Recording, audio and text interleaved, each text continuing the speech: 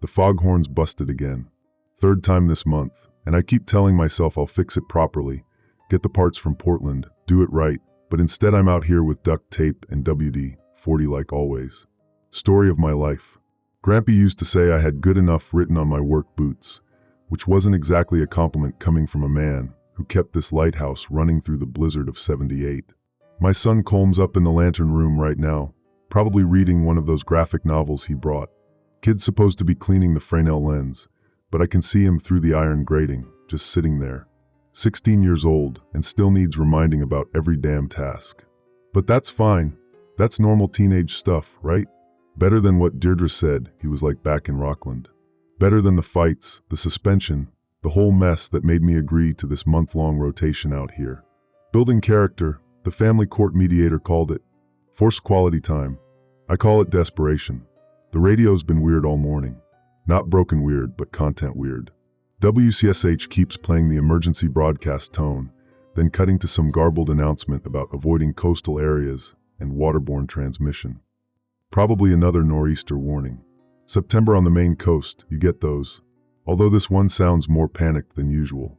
The announcer's voice has that tight quality, like she's reading off a script someone shoved in front of her 30 seconds ago. I'm tightening the foghorn's mounting bracket. The whole assembly's rusted to hell, salt air eating through the galvanized coating like it's nothing, when I hear Colm's boots on the spiral stairs. Heavy, deliberate. The way he walks when he's got something to say, but doesn't want to say it. Dad. He's standing in the doorway, backlit by the morning sun coming through the gallery windows.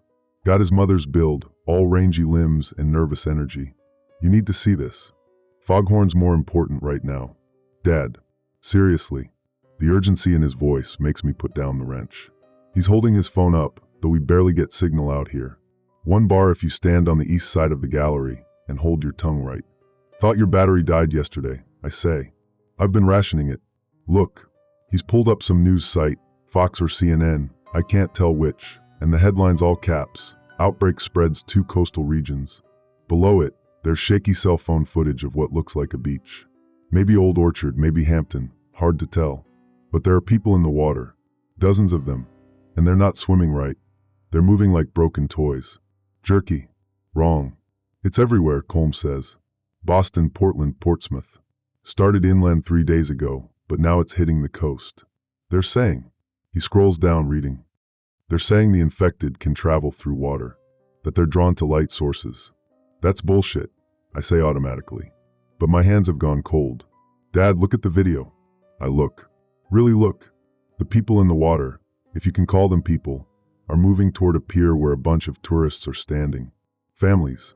Kids. They're not running yet, just staring like they can't process what they're seeing.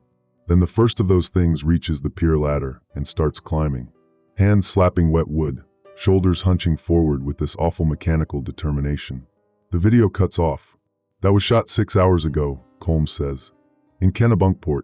Kennebunkport's 40 miles south of here. I grab the radio handset, switch to the Coast Guard channel. Static. I try the marine operator. More static. Then I cycle through the commercial fishing channels, the ones that usually have someone gabbing about trawl depths or bitching about catch limits, and get nothing. Not even the automated weather station. When's the relief boat coming? Colm asks. Friday. 2 days from now. But if this is real, if this is actually happening, they're not sending anyone. So we're stuck here. We're safe here, I correct him. It's an island. We've got supplies for a month, water cisterns full, generators got fuel. If this is some kind of... I don't know how to finish that sentence. Some kind of what?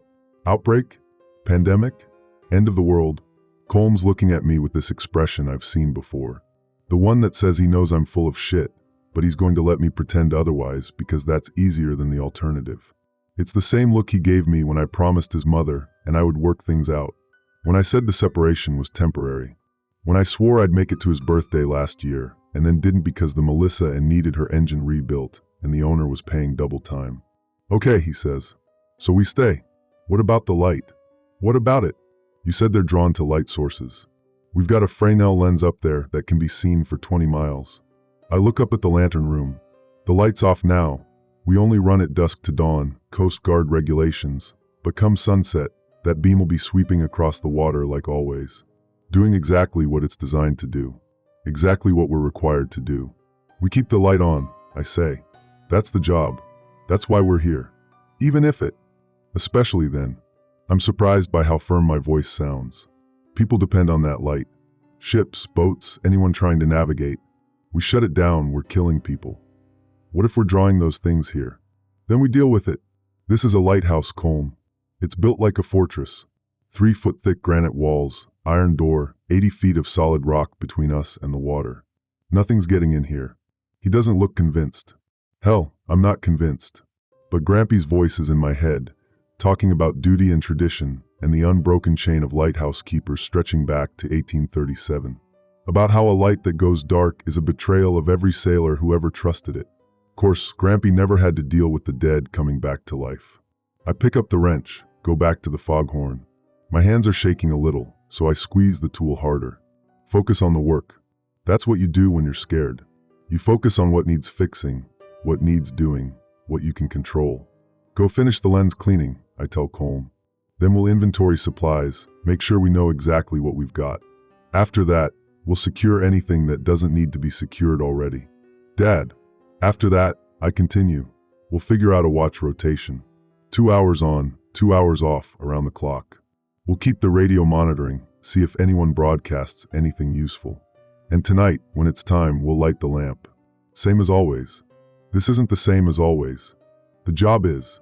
He stares at me for a long moment, then turns and heads back up the stairs. I hear his boots on the iron steps, the sound echoing in the tower's hollow core. When he's gone, I set down the wrench and walk over to the railing, look out at the water. The Atlantic's flat today, barely a ripple. Fog bank sitting about 3 miles out, gray and thick as wool. From here, the mainland's just a dark smudge on the horizon. Portland somewhere over there. Deirdre's apartment is in Munjoy Hill, the top floor of one of those renovated triple-deckers. I wonder if she's okay, if she even knows what's happening, if the phones are working over there. I should call her, warn her. Except my phone died yesterday and Colm's got maybe 10% battery left, and we need to save it for emergencies. This is an emergency, the rational part of my brain says. This is exactly what you save battery for. But I don't ask him for the phone, because part of me, the coward part, the part that still can't handle talking to my ex-wife without feeling like I'm disappointing her all over again, doesn't want to hear her voice right now. Doesn't want to hear the fear in it, or worse, the calm acceptance. The tone she uses when she's already 3 steps ahead of me, already figured out what needs doing while I'm still fumbling with the basics. Instead, I go back to the foghorn, get the mounting bracket torqued down properly, test the mechanism. The sound that comes out is weak, strangled, like the horn's got emphysema. But it's working. Good enough. That night, I climb up to light the lamp at dusk. It's a ritual I've done 1,000 times, checking the fuel reservoir, inspecting the mantle, winding the clockwork mechanism that rotates the lens. The Fresnel lens itself is beautiful in that functional way old technology can be. Concentric rings of prismatic glass, each piece precisely ground to capture and focus the light. When it's lit, the whole thing glows like a captive star. Colm's standing in the doorway, watching me work. "You're sure about this?" he asks. "No," I admit, "but I'm doing it anyway." I strike the match. The mantle catches, flares bright. The lens begins its rotation, that familiar grinding sound of gears and bearings. The beam sweeps out across the water, cutting through the gathering darkness. 20 miles of light, 20 miles of beacon, 20 miles of invitation. The Coast Guard radio crackles to life around 2,100 hours. Not the guard itself, that channel's been dead silent since morning, but someone on the emergency frequency. A woman's voice, hoarse and desperate. "Anyone receiving, this is fishing vessel Lucky Strike out of Gloucester. We are 3 miles southeast of Boone Island, and we have a situation. Repeat, we have a situation." I grab the handset. "Lucky Strike, this is Halfway Rock Light Station, we read you. What's your situation?" "Static." "Then, they're in the water. Jesus Christ, they're everywhere. Came up out of Portland Harbor, hundreds of them, maybe thousands. We tried to outrun them, but they're fast, they're so goddamn fast in the water." "How many people on board?" 4. My husband, my brother, his kid. We're taking on water, the intake valves clogged with pieces of them. They're grabbing the propeller, the rudder, trying to climb up the stern. "We can see your light. Can you help us? Can you?" The transmission cuts to screaming. Then wet sounds. Then nothing. Colm standing next to me, face pale in the red glow of the radio equipment. We have to. We can't, I say. We've got no boat. The skiff's on the mainland for repairs, remember? We're stuck here. But they're dying. They're already dead. The words come out harsher than I intended. We can't help them. All we can do is stay alive and keep the light on for anyone else who might need it. He turns away, shoulders tight. I want to say something comforting, something fatherly, but what the hell is there to say? I just condemned 4 people to death because we don't have a boat. Because the Coast Guard skiff that's supposed to be here for emergencies is currently sitting in a repair yard in South Portland, waiting for parts that won't come now. Won't ever come. I switch the radio to scan mode, let it cycle through the channels. Most are silent. A few have that emergency broadcast tone. One, channel 16, the international hailing frequency, has someone reading coordinates in a monotone voice. When I listen closer, I realize it's a recording. Same coordinates over and over. Probably automated, running on backup power somewhere. Then I catch something on channel 22A. Coast Guard's working channel for the 1st District. A man's voice, Southern Maine accent. Station Portland is overrun. I repeat, Station Portland is overrun. All personnel are ordered to evacuate to open water and await further instructions. Do not approach the mainland. Do not approach any land mass showing signs of infection. The outbreak has reached Block Island, Nantucket, Martha's Vineyard. Cuddleheads observed swimming in coordinated groups. Repeat, they demonstrate coordinated behavior in water. Cuddleheads. That's what they're calling them now. I think about the video Colm showed me this morning, those jerky broken movements. Dead things that don't know they're dead. Do you think Mom's okay? Colm asks quietly. Your mother's smart. She'll have gotten out of the city. I don't know if I believe that, but I say it anyway. Where would she go? North, maybe. Inland. Away from the coast. Anywhere but here, I think. Anywhere but this rock where we're trapped with a giant spotlight advertising our presence. I should have turned off the light. Should have ignored Grampy's voice in my head, ignored duty and tradition, and all that Coast Guard regulation bullshit. Should have put my son's safety first. But I didn't. And now the beam's sweeping across the water, regular as a heartbeat, and if those things really are drawn to light. I'm going up to the gallery, I tell Colm. Keep watch. You stay on the radio, monitor for any useful transmissions. Anything about safe zones, rescue operations, whatever. Write it down. What if something happens? Then you yell. Loud. The gallery's the outdoor platform that circles the lantern room, accessible through a narrow door. The wind's picked up since sunset, coming from the northeast, and it hits me like a fist when I step outside. I've got the binoculars, Bushnell Marine 7X50S that Grampy gave me when I took over the watch, and I scan the water methodically. North, east, southwest. The beam sweeps past, illuminating patches of ocean in stark white and shadow relief. Nothing. Just waves and darkness. Then, on the next rotation, I see it. Maybe a quarter-mile out, southeast. Something in the water. Multiple somethings. Dark shapes that rise and fall with the swells, but don't move like flotsam. They move with purpose. They move toward us. I count 12. Then 20. Then I lose count because they're not staying still. They're diving and surfacing and swimming in this awful synchronized way, like a school of fish, except nothing about it looks natural. Colm. My voice cracks. Get up here. He comes running, takes the binoculars when I hand them over. I watch his face as he tracks the shapes, watch him realize what they are. How long until they reach us? He whispers. Half hour, maybe less. Depends on the current. What do we do? I look at the light, then at the door leading back into the tower. 3-foot granite walls. Iron door with a deadbolt. Windows on the ground floor, but they're small and 40 feet above the water line. The whole structure's designed to withstand nor'easters and 100-foot waves. It should hold against dead people. Should. We lock down, I say. Check every window, every door, every possible entry point. Then we go upstairs above the windows and we wait. Wait for what? For them to give up. For dawn. For something to change. And the light? I look at it again. The beam's hypnotic in its regularity, that sweep of brilliance cutting the night. Every rotation brings those things closer. Every sweep is a promise. We're here, come find us, come feed. My hand moves toward the switch that'll shut it down. Grampy's voice stops me. 3 generations of O'Malley's kept this light burning, boy. Through wars, through storms, through the Spanish flu. A light that goes dark is a death sentence for every sailor who trusted it. But we're not in Grampy's world anymore. We're in a world where the dead swim. I hit the switch. The light dies. The lens stops rotating. The sudden darkness is absolute and terrifying. Dad, Colm's voice is small. Come on, downstairs. Now. We barricade the iron door with everything we can move. The tool chest, spare fuel drums, coils of rope, the old fog bell that hasn't worked in 30 years. It's probably useless. If those things can climb a pier ladder, they can probably break down a door. But it makes me feel better. Gives me something to do besides stand there and wait. The windows are the real concern. There are 6 on the ground floor, each about 2 feet square, mounted 8 feet up the interior wall.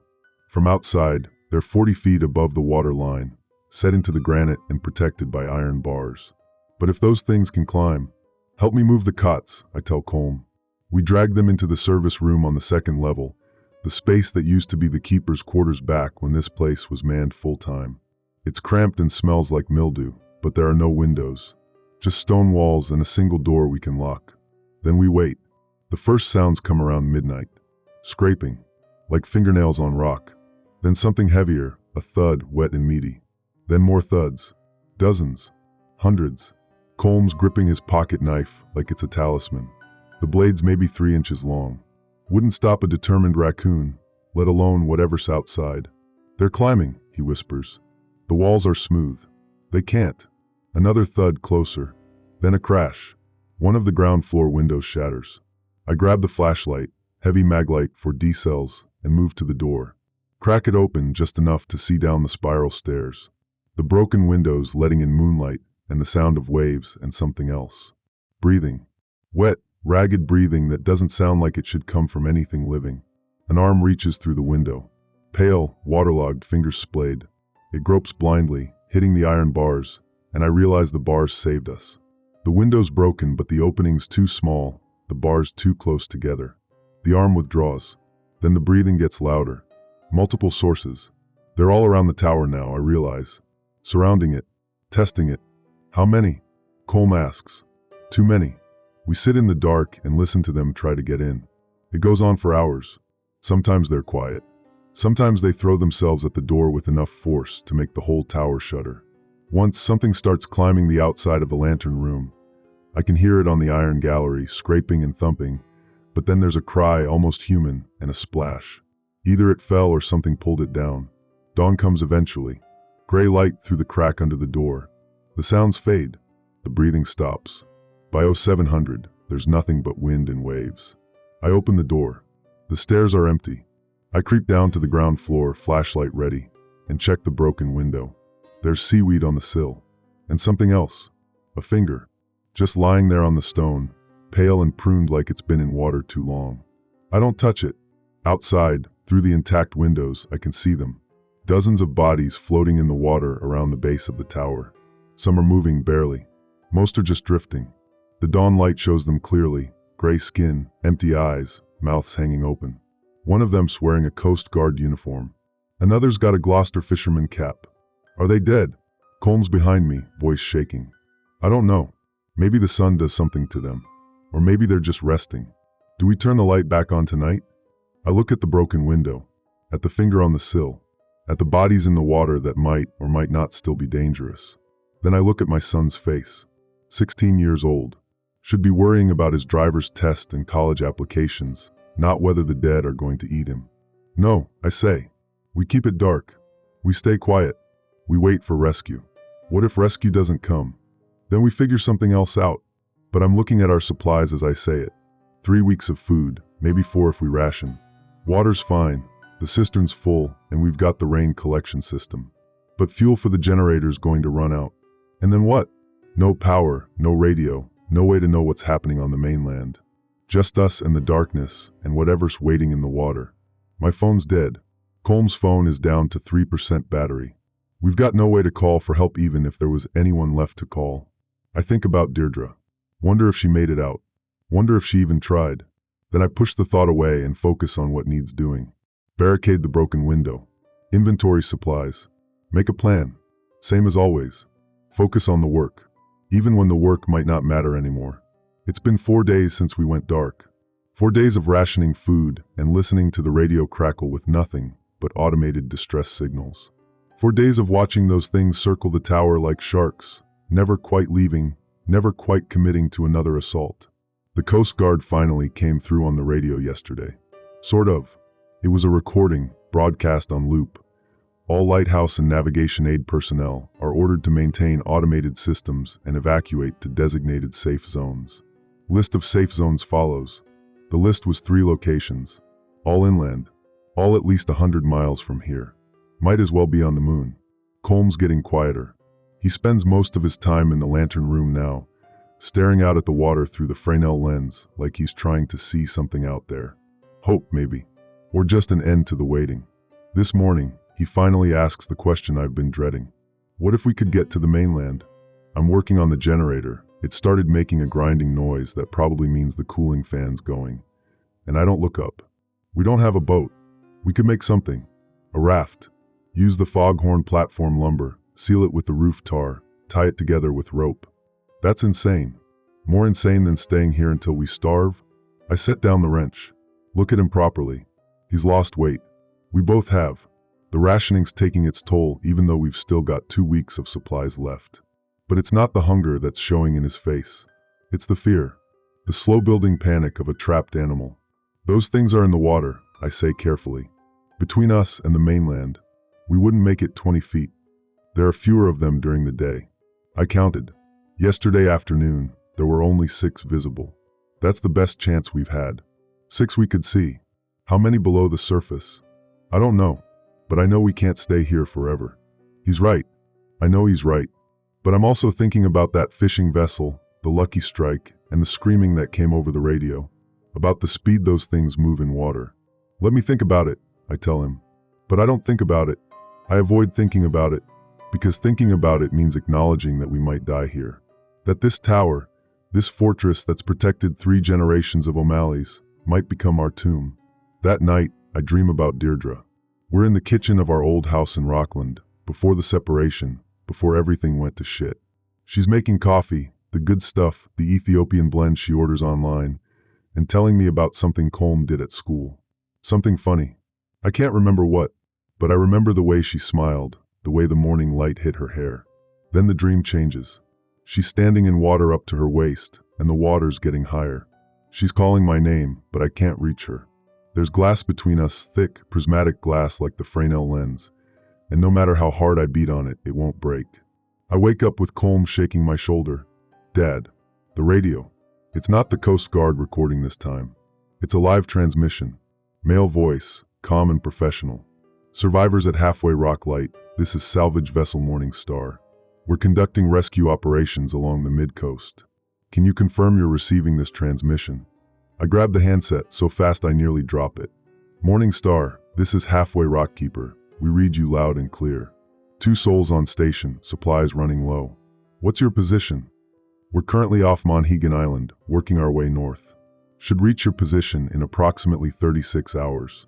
Advise you to keep lights extinguished and remain inside until we make contact. Understood. What's the situation on the mainland? Static. Then, Portland's a dead zone. Boston's worse. The government's pulling back to defensive positions in the mountains. Coastal areas are being abandoned. We're picking up survivors where we can, but... He pauses. There aren't many left. What about inland? The safe zones. Overrun mostly. This thing spread faster than anyone predicted. Your best bet is to get on this boat and head north. Canadian forces are still holding positions in New Brunswick. Canada, 600 miles from here. Might as well be the moon after all. We'll be ready, I say. And Morning Star? Thank you. Thank the Coast Guard. They hired us before everything collapsed. Stay safe, Halfway Rock. Morning Star out. The transmission ends. Colm's staring at me with something like hope in his eyes. 36 hours, he says. We can make it 36 hours. Yeah, we can. But I'm looking out the window at the bodies floating in the water, and I'm thinking about that fishing vessel again. About how fast rescue can turn into slaughter.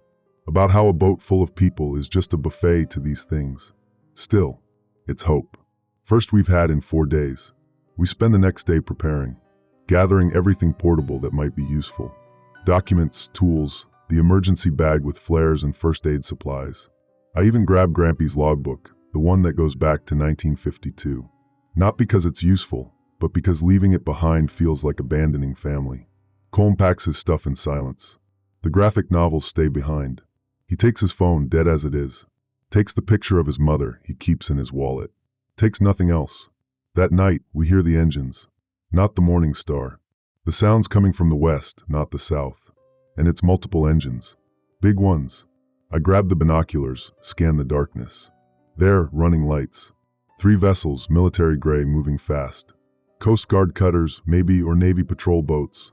They're heading northeast, parallel to the coast, and they're not stopping. I try to hail them on the radio. Nothing. They're not monitoring civilian frequencies. We watch them disappear into the night, and I realize what we just saw. The last official rescue operation pulling out. Abandoning the coast. Writing us off. Maybe the Morning Star will still come, Colm says. Maybe. But I don't believe it. And I don't think he does either. The attack comes at 0200. No warning this time. Just the sound of the door shuttering under impact. Again. Again. Something's hitting it with enough force to make the hinges groan. We're in the service room, barricaded in, when I hear the first window shatter. Then another. Then the sound of bodies squirming through gaps that should be too small, of iron bars bending under sustained pressure. They're inside, Colm whispers. The footsteps on the stairs are wrong. Too many. Too fast. Coming up. I've got the mag light in one hand, the wrench in the other. Colm's got his pocket knife. Between us and whatever's out there, there's a locked wooden door that wouldn't stop a determined child. The door handle rattles, then stops. Silence. Long enough that I think maybe they've given up. Maybe they don't know we're here. Then something slams into the door hard enough to crack the frame. The window, I hiss at Colm. The upper gallery window. Go. Now. The service room has one window, high up, leading to the gallery level. It's small, but Colm's skinny. He can fit. I boost him up, feel him scramble through, and then I'm trying to follow, but I'm too big, I'm stuck, and the door's splintering behind me, and I can hear them coming in. Colm grabs my arms, pulls. I scrape through, leaving skin behind, and then we're in the gallery, and I'm slamming the window shut, and we're climbing, up the iron stairs to the lantern room where there's nowhere left to go. The light, Colm gasps. Turn on the light. That'll just draw more. The boat. The Morning Star. If they're out there, they need to see us. They need to know we're here. He's right. God help me, he's right. I hit the switch. The lamp flares to life. The lens begins its rotation. The beam sweeps out across the water, brilliant and damning, and below us I can hear them on the stairs, climbing, coming. We're at the top of the tower with nowhere to go and a light that's either our salvation or our death sentence, and all I can think is, at least Deirdre's not here. At least she's somewhere else. Somewhere safe. Please, God, let her be somewhere safe. The gallery door bursts open. They flood out, maybe 20 of them, moving with that awful jerky coordination. Dead eyes reflecting the lamplight. Mouths opening and closing like fish on a dock. Colm's behind me. I'm between him and them. The wrench is heavy in my hand. Dad, he says. Very quiet. I love you. I love you too, kid. The first one lunges. The wrench connects with its skull and the thing goes down. But there are more. Always more. I swing again, hit another one in the face, and something grabs my jacket from behind. I spin, drive my elbow into rotted flesh, feel it give way like wet cardboard. The ladder. Colm's yelling. Dad, the ladder. He's pointing up. The maintenance ladder that leads to the very top of the lantern room, to the ventilation cupola. It's barely wide enough for one person, and there's nothing up there but glass and iron and sky, but it's better than here. I shove him toward it. Climb. He goes up fast, that teenage monkey agility, and I'm right behind him. Something grabs my ankle, and I kick backward, feel teeth on my boot heel, kick again harder. The thing loses its grip.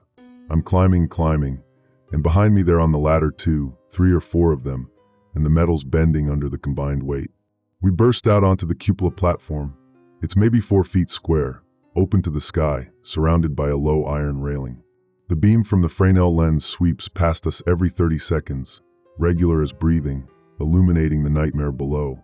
The ladder's shaking. They're still climbing. I look around desperately for something, anything. Dad, look? Colm's pointing out to sea. There, maybe 2 miles out, a boat. Not military. Smaller. Running dark, but definitely moving. The morning star. Has to be. But they're passing us, moving parallel to the tower, heading northeast. They haven't seen us yet. Or maybe they have and they're not stopping because they can see what's surrounding the tower. Can see the hundreds of dead things in the water, crawling on the rocks, swarming up the walls. The flares, I say. Do you still have the emergency bag?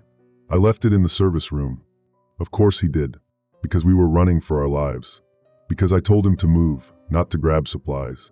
The first one crests the ladder. Gray skin. Empty eyes. Mouth opening to reveal broken teeth. It reaches for Colm, and I swing the wrench, connect with its temple. It falls backward, takes two others with it in a tangle of limbs. The ladder groans, starts to pull away from its moorings. The brackets are rusted, never meant to hold this much weight, and one of them is literally peeling off the metal housing. Below us, the beam sweeps. Above us, stars. Around us, death closing in. I'm sorry, I tell Colm. I'm so sorry. For what? All of it. The divorce. The custody fight. Bringing you out here. Keeping the light on. Every stupid decision I've made since you were born. Dad, your mother was right about me. I'm good enough at everything and great at nothing. I can fix a foghorn with duct tape, but I can't save my marriage. I can keep a light burning, but I can't protect my son. The light is working, Colm says. He's not looking at me. He's looking out at the water. Dad, the light is working. The morning star is turning. Coming back. They've seen us. But so has everything else in the water. The beam sweeps past, and in that flash of illumination I see them.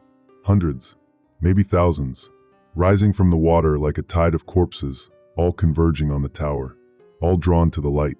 The boat's moving fast now, cutting a white wake through the darkness. But it's 2 miles out, and those things are already here, climbing, reaching, pulling themselves up the tower hand over hand with that terrible mechanical purpose. The ladder gives way completely, just tears free from the housing with a shriek of metal and crashes down into the lantern room, taking 4 of them with it. But there are more, always more. They're climbing the outside of the cupola now, fingers finding purchase in the iron scrollwork. When I say jump, I tell Colm, you jump. Aim for the water away from the rocks. Deep breath, streamline your body, let yourself sink, and then swim underwater as far as you can before you surface. Head for the boat. Don't look back. Don't wait for me. I'm not leaving you. You are. You have to. I grip his shoulders. Colm, listen. Your mother needs you. I need you to survive this. I need you to tell her I'm sorry. I need you to live. The first hand appears over the railing. Gray fingers curling around iron. Then another hand. Another. Dad, jump. I shove him. He goes over the railing backward, arms flailing, and I watch him fall. 4 seconds. That's how long it takes to drop 80 feet. He hits the water clean, disappears below the surface. Then they're on me. Hands grabbing my jacket, my arms, my throat. I swing the wrench one last time, catch one in the jaw, but then the weight of them drives me to my knees. They're everywhere. Pressing down. Cold hands, dead hands, hands that smell like seaweed and decay. I see Colm's surface, 50 feet from the tower. He's swimming. Strong strokes, heading for the boat. They're in the water around him, but he's fast. He's always been fast, and the boat's turning toward him now. I can see someone on deck with a boat hook reaching out. Something bites into my shoulder. Not a bite, really. More like pressure, like being in a vice. I try to shake it off, but there are too many of them, too much weight, and I'm being pushed down through the cupola opening, and I can't breathe, can't see, can't. The beam sweeps past. In that flash, I see the lantern room below me. See them filling it like a swarm of ants.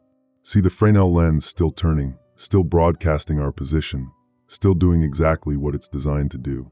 Drawing them in, all of them, away from my son. I understand then. What I've done. What the light means. It's not salvation. It's sacrifice. The weight crushes me down through the opening. I hit the gallery floor hard, something in my ribs breaking with a wet crack.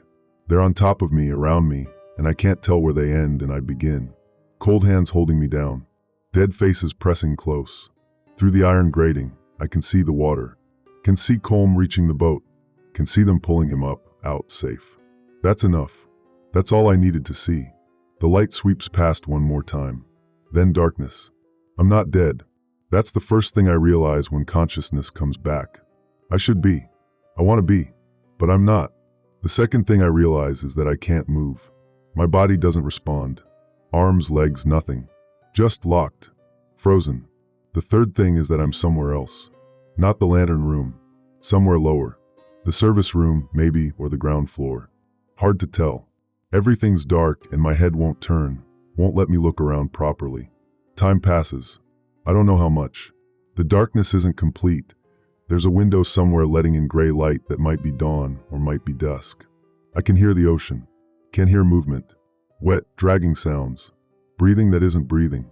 Occasionally, one of them comes close, leans over me, studies my face with empty eyes, then moves on. They don't eat me. That's what I keep expecting, that they'll tear me apart, consume me. But they don't. They just wait, like they're saving me for something. Or maybe I'm already becoming one of them, and they know it. The thought should terrify me, should make me scream, fight, anything. But I can't. Can only lie here and watch the light change and wonder if Colm made it. If the morning star got him to Canada. If Deirdre knows what happened. If she's grieving, or if she's too busy surviving to grieve. I think about the light. How I kept it burning because of duty, because of Grampy's voice, because of some bullshit idea about tradition and responsibility. How it drew them here by the hundreds. How it might have drawn the morning star too, just close enough for Colm to reach. Was it worth it? Trading my life for his?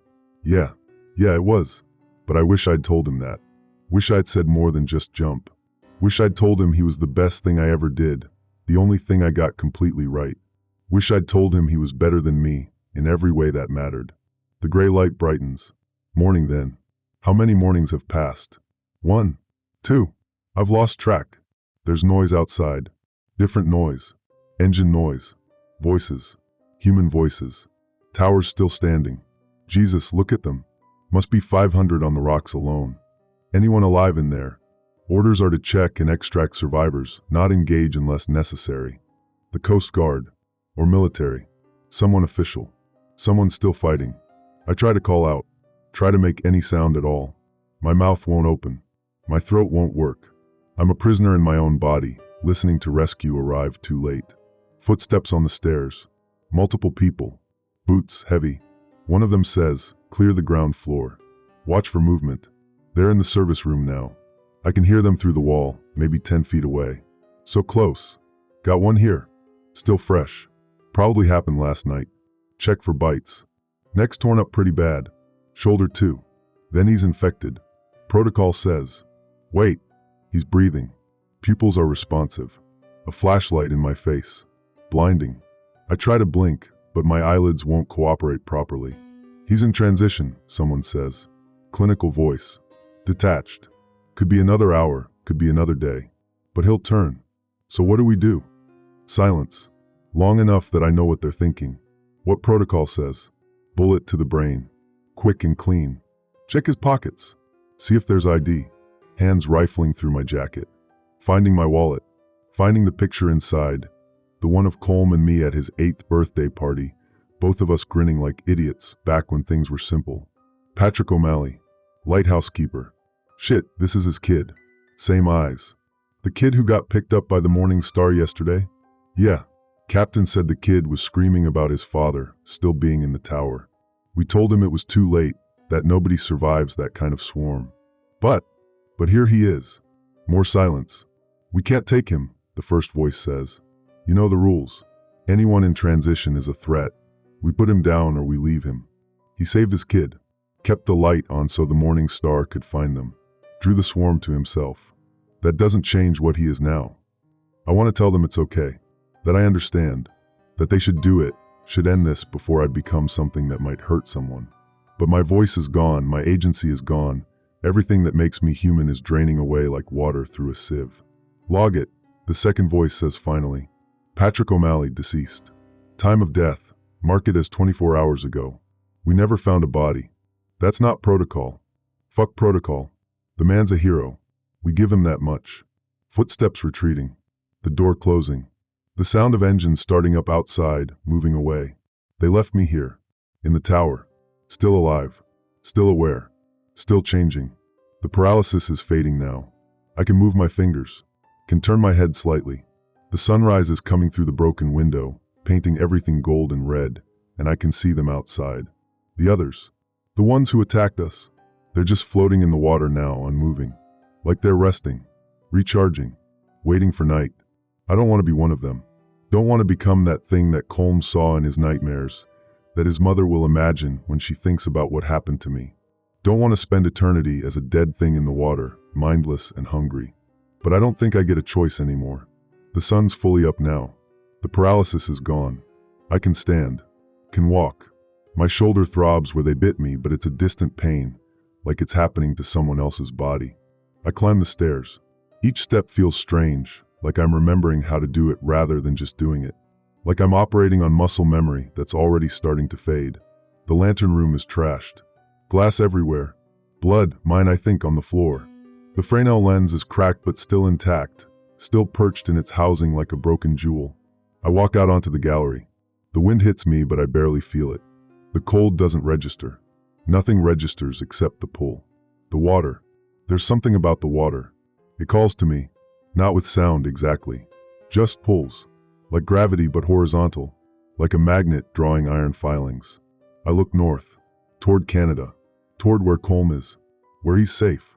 Where he's alive and human, and probably hating me right now for pushing him off that railing. But alive. That's all that matters. I climb over the railing. It's 80 feet to the water, and I should be terrified, but I'm not. I'm just tired. So tired. Grampy's voice is in my head one last time. 3 generations of O'Malley's kept this light burning, boy. 4 generations, I tell him. Tell the empty air. Tell the broken tower. Colm makes 4. And he's going to keep burning, even when I'm gone. I let go. The fall is endless and instantaneous. The water rises up to meet me, and I hit it clean, barely feel the impact. The cold that should stop my heart does nothing. I sink, and the light from above fades to blue, to black, to nothing. When I surface, the pull is stronger, drawing me out to sea, drawing me away from the tower, away from the mainland, away from everything I was. I try to fight it, try to swim back, but my arms are moving wrong now, jerky and mechanical, and I realize I'm not swimming. I'm just moving, the way they all move, the way dead things move when they're driven by something that isn't life. The others are around me in the water. Dozens, hundreds, all moving in the same direction. East, toward the open ocean, toward whatever's calling us. I look back one last time. See the tower standing against the sunrise, damaged but unbroken. See the light that I kept burning, that drew them in, that saved my son. See Halfway Rock disappearing behind me as the current carries me away. The last thought I have that feels like mine, that feels like Patrick O'Malley and not whatever I'm becoming, is this. He made it. Colm made it. Everything else is just details. Then that thought fades too. The pull gets stronger. The water gets deeper. And I dive down, following the others into the dark. The Halfway Rock Light Station was officially decommissioned in October 2024. According to Coast Guard records, lighthouse keeper Patrick O'Malley died on September 18, 2024, when the station was overrun during the initial outbreak. His son, Colm O'Malley, age 16, was successfully evacuated and relocated to a protected settlement in New Brunswick. The automated light was restored 3 months later by remote operations. It continues to operate to this day, serving as a navigation aid and memorial to the keepers who maintained it for 187 years. Local fishermen report unusual activity in the waters around Halfway Rock, particularly at night. Figures have been observed floating near the tower base, seemingly drawn to the light. Maritime authorities advise vessels to maintain distance. Deirdre O'Malley, Patrick's ex-wife, declined to be interviewed for this report. Colm O'Malley did not respond to requests for comment. The lighthouse stands. The light burns, and the sea keeps its dead,